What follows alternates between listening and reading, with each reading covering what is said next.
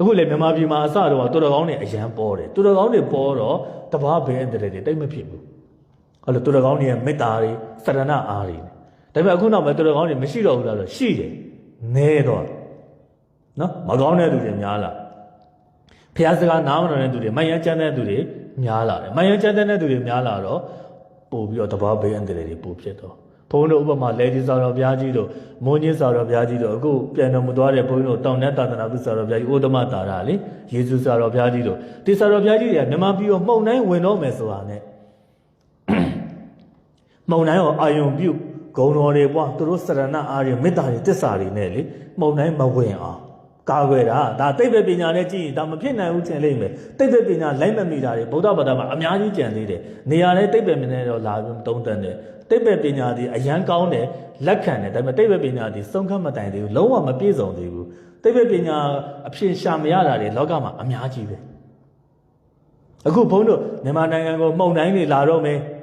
ဒီလိုမျိုးရေဘေးတွေမီးဘေးတွေဘာဘေးတွေကြုံတော့မယ်ဆိုရင်ရှေ့စာတော်ဘုရားကြီးတွေကတကယ်စရဏအားကောင်းတဲ့စာတော်ဘုရားကြီးကမေတ္တာပို့တာအဲ့တစ္ဆာဆိုဂုဏ်တော်တွေပွားတာဥပမာလေဒီစာတော်ဘုရားကြီးဆိုရင်လည်းမြန်မာပြည်မိုးခေါင်ရေရှားဖြစ်တယ်နှစ်ပေါင်း20လုံးဒါကုတီတွေစေးတွေတောက်ရည်သုံးရည်တွေဖြည့်တဲ့ကုသိုလ်အာယုံပြုမိုးနဲ့သားလင်းနဲ့သားတွေတစ္ဆာဆိုတဲ့ကမိုးရွာချတယ်ဒါသူတော်ကောင်းတွေ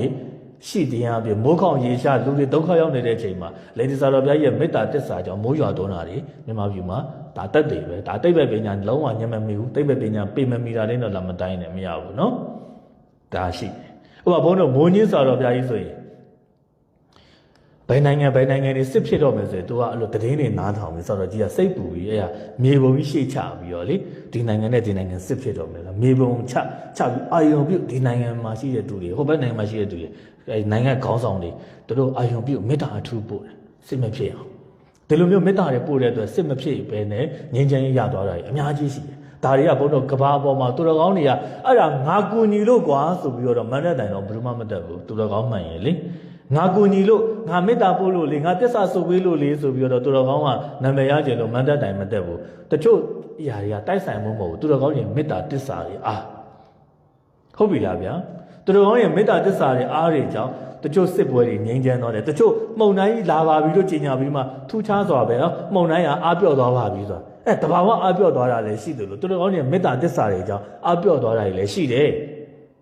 ဟုတ်ပြီလားဗျာဒကာဓမ္မများ